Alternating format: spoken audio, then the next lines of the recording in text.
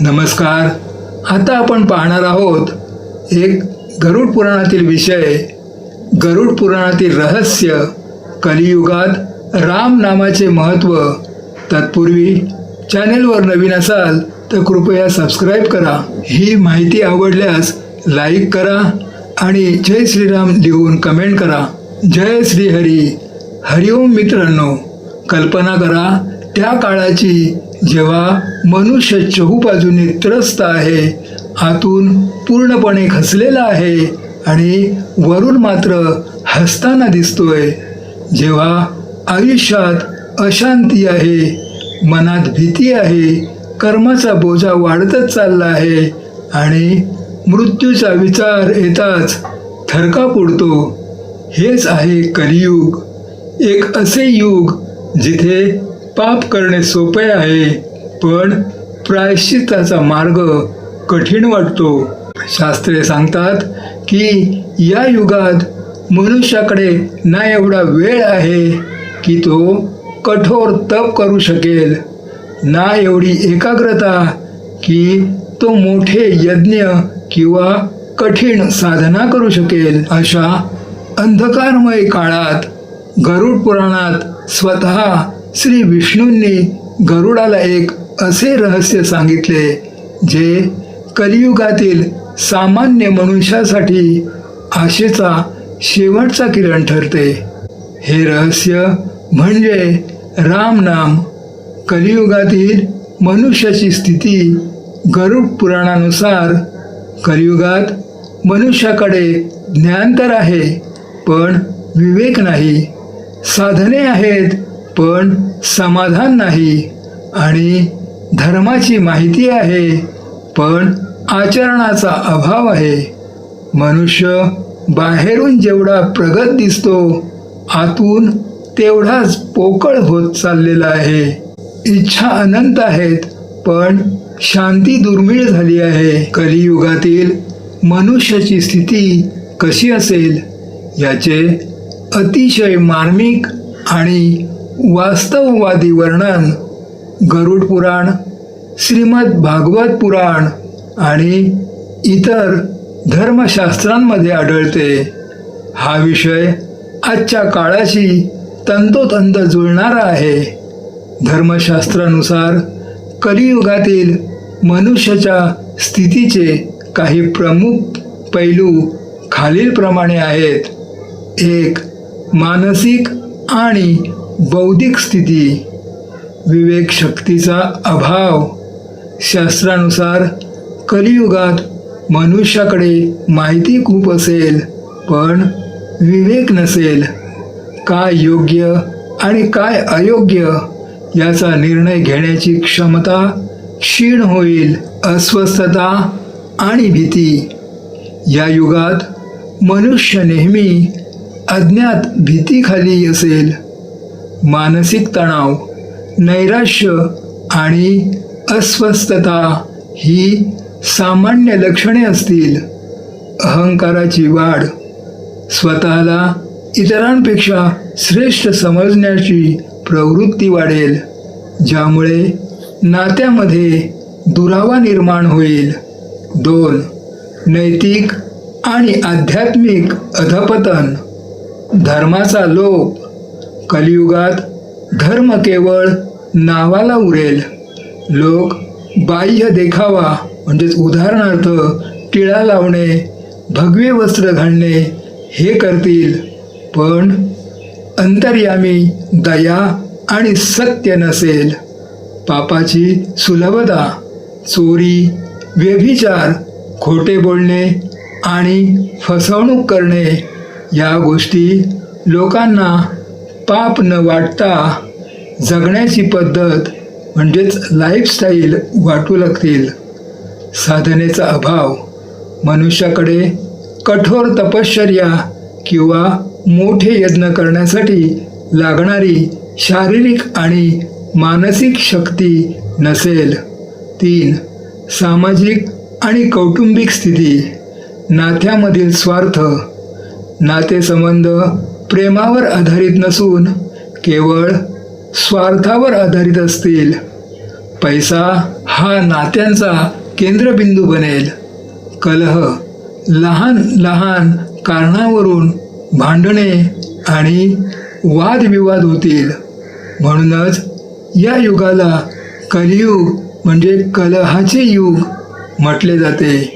स्त्रिया आणि वृद्धांची स्थिती समाजात असुरक्षितता वाढेल आणि वडीलधाऱ्यांचा मान राखण्याची परंपरा कमी होईल. 4. शारीरिक स्थिती, आयुष्यमान कमी होणे.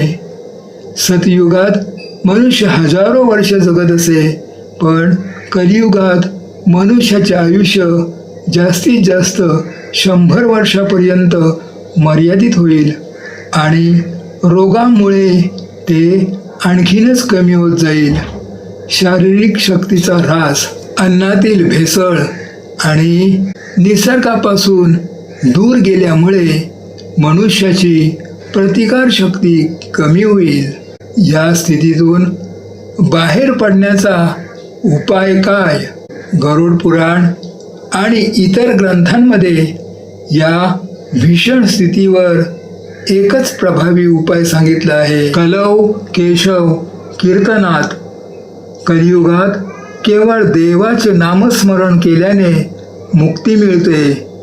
व्हिडिओमध्ये सांगितल्याप्रमाणे कलियुगातील मनुष्य दुर्बल आहे, म्हणून देवाने भक्तीचा मार्ग अतिशय सोपा केला आहे. कठीण योगासने किंवा यज्ञापेक्षा रामनाम किंवा ईश्वराचे मनोभावे केलेले नामस्मरण मनुष्याला मानसिक शांती आणि आंतरिक शक्ती देते. श्रीहरी विष्णू गरुडाला सांगतात की कलियुगात मी जीवांच्या कल्याणासाठी एक अतिशय सोपा, सुलभ आणि अत्यंत शक्तिशाली उपाय दिला आहे. तो म्हणजे रामनाम. पापांचा नाश. ज्याप्रमाणे अग्नीच्या स्पर्शाने सर्व काही भस्म होते, त्याप्रमाणे रामनामाच्या उच्चारणाने जीवांचे पाप, भीती आणि बंधने नष्ट होतात. मानसिक शांती. कलियुगात मनुष्य मानसिक अशांतीने सर्वात जास्त पीडित आहे.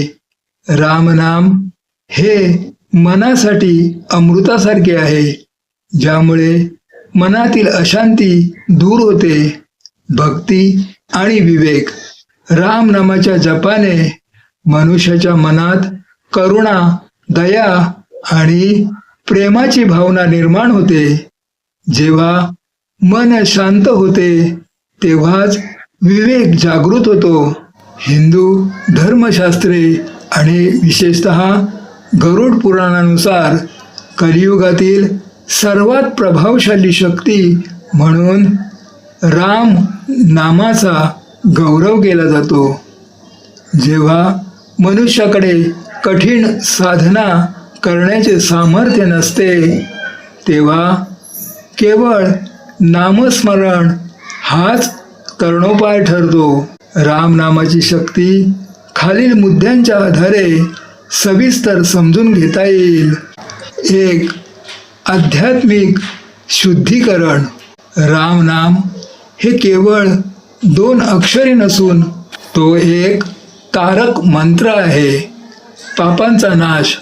शास्त्रात म्हटले आहे की ज्याप्रमाणे सूर्य उगवताच अंधार नष्ट होतो, त्याप्रमाणे रामनामाचा उच्चार करताच जन्मांतराची पापे भस्म होतात.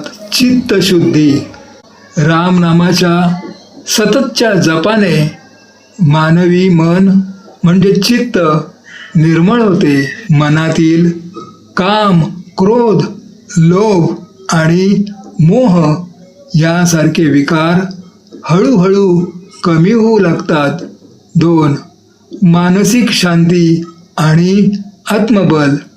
आजच्या धावपळीच्या आणि तणावपूर्ण जीवनात रामनाम हे एक मानसिक औषध म्हणून कार्य करते.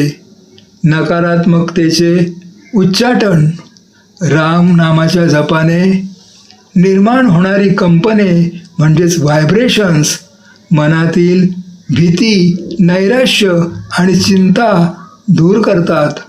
एकाग्रता हे नाव घेताना मनाला एक प्रकारचे स्थैर्य मिळते, ज्यामुळे मनुष्याची निर्णय क्षमता आणि एकाग्रता वाढते. 3. संरक्षण कवच गरुड पुराणानुसार राम नाम हे भक्तांसाठी एका कवचासारखे कार्य करते. संकटात निवारण जेव्हा एखादा जीव संकटात असतो आणि त्याला कोणाचाही आधार उरत नाही, तेव्हा राम नामाचा पुकारा केल्यास त्याला आंतरिक बळ मिळते. अदृश्य शक्तींपासून संरक्षण घरामध्ये किंवा वातावरणात असणारी नकारात्मक ऊर्जा राम नामाच्या उच्चाराने नष्ट होते. 4. मृत्यू आणि यमलोकांची भीती व्हिडिओमध्ये सांगितल्याप्रमाणे गरुड पुराणातील सर्वात महत्त्वाचे रहस्य म्हणजे मृत्यूच्या वेळी रामनामाची शक्ती, यमदूतांपासून मुक्ती. ज्याच्या मुखात सतत राम नाम असते त्याला यमलोकाची यातना सोसावी लागत नाही. यमदूत अशा जीवांना स्पर्शही करू शकत नाहीत. सद्गती मृत्यूच्या अंतिम क्षणी जर रामाचे नाव मुखात असेल तर त्या जीवाला मोक्ष किंवा सद्गती प्राप्त होते असे मानले जाते. 5. कलियुगातील सुलभ साधन इतर युगामध्ये ईश्वराची प्राप्ती करण्यासाठी हजारो वर्ष तपश्चर्या म्हणजे सतयुगात यज्ञ, त्रेतायुगात किंवा मूर्तीपूजा द्वापार युगात करावी लागत असे. पण कलियुगात कलियुग केवळ नाम आधारा सुमेरी सुमेरी नर उतरही पारा म्हणजेच कलियुगात केवळ नामस्मरणाच्या आधाराने मनुष्य या भवसागरातून मुक्त होऊ शकतो. यासाठी कोणतेही कठीण नियम, विशिष्ट वेळ किंवा भरपूर पैशाची गरज नसते. गरज असते ती फक्त श्रद्धेची. थोडक्यात सांगायचे तर रा म्हणजे प्रकाश आणि म म्हणजे स्वतःचे अस्तित्व म्हणजेच स्वतःला दैवी प्रकाशाशी जोडणे म्हणजेच राम. ही शक्ती मनुष्याला संसारातील दुःखातून मुक्त करून ईश्वराच्या जवळ नेते. कौटुंबिक आणि व्यावहारिक जीवनात महत्त्व कलियुगात गृहस्थाश्रम पाळणे सर्वात कठीण आहे. जबाबदाऱ्या आणि अपेक्षांमुळे मनुष्य थकून जातो. अशा वेळी जर मनुष्याने रामनामाचा आधार घेतला तर त्याचे घर एका साधनास्थळासारखे बनते. यामुळे कुटुंबात समज, संयम आणि प्रेम वाढते. मृत्यूच्या वेळी रामनामाचे फळ गरुड पुराणात यमलोकांच्या प्रवासाचे वर्णन अतिशय गंभीर आहे. पण ज्याने आयुष्यभर रामनामाचा सराव केला आहे त्याच्यासाठी मृत्यूचा क्षण भयावह नसतो. अंतकाली ज्याचे चित्त रामाच्या नामी रमते त्याला यमलोकाची भीती राहत नाही. रामनाम त्यांच्यासाठी कवच बनते आणि त्याला दिव्य मार्ग प्राप्त होतो. शेवटी श्री विष्णू गरुडाला सांगतात की कलियुगात जीव दुर्बल आहे, म्हणून मी साधना सोपी केली आहे. ज्याने माझे नाव धरले त्याने मलाच धरले. जेव्हा संसाराचा प्रत्येक आधार सुटेल तेव्हा फक्त राम हे नाव जीवाचा हात धरून उभे असेल. तुम्हाला ही माहिती कशी वाटली? नक्कीच जय श्रीराम लिहून कमेंट करा. माहिती आवडल्यास लाईक करा आणि आपल्या मित्रांसोबत शेअर करा.